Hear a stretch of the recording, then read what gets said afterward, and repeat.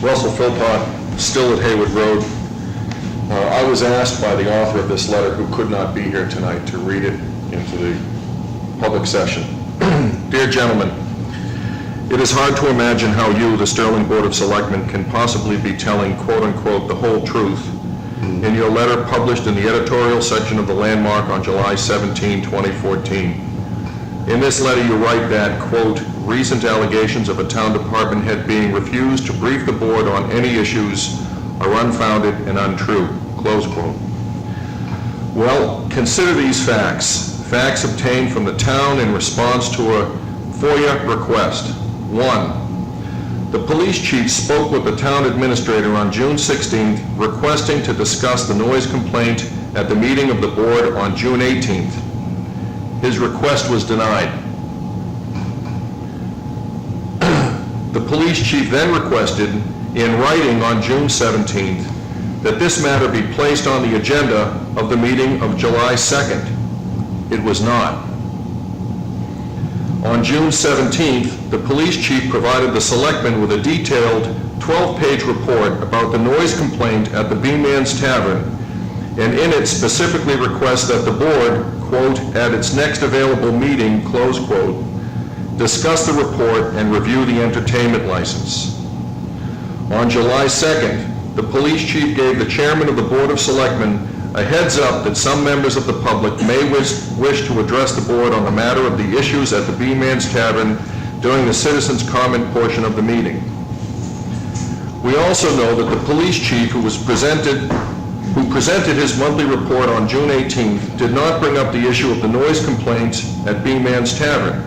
Why was this request to address this topic denied? By whom? We know that he was not provided the chance to address the board on July 2nd on this matter, even though a formal request had been made in writing on June 17th. Why was this? When confronted at the meeting on July 2nd, Selectman Patacchiola replied that the chief had not been denied access, but instead that he was requested to come before the board once a report on the accident was complete. But the noise complaint and the accident are two entirely independent issues. Unfortunately, one must conclude that the letter from the board to the newspaper is just a lame attempt at damage control. The chairman, by his own admission, is the one who sets the agenda, and therefore he should provide an explanation for the facts. Thank you, Amrith Kumar. As I said, he is the author of this letter. He did ask me to read it in, which I have done. I am curious to know the answers to the questions he puts here. I guess starting with the first one. Chief spoke with the town administrator on June 16th requesting to discuss the noise complaint at the meeting of the board on June 18th. His request was denied. Who denied that request?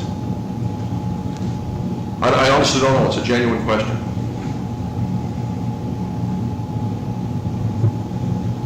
I'm not answering my question, Russell. In fact, I'm not going to respond to Amherst's letter because I find it pejorative and I find that it assumes and underlines the facts which are untrue. And nigh provable, for that record. Excuse me? And nigh provable. Nigh provable? Nigh provable. Is it not provable? I understand. Okay, you make sure we're clear. Thank you. You may be seated. Thank you. Anybody else for public session?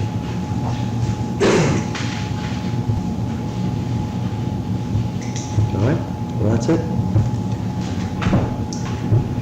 Motion to adjourn?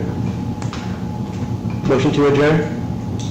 Move to adjourn at 10:15 and a half. All right, motion being made, and I'll second it. There's a non-discussable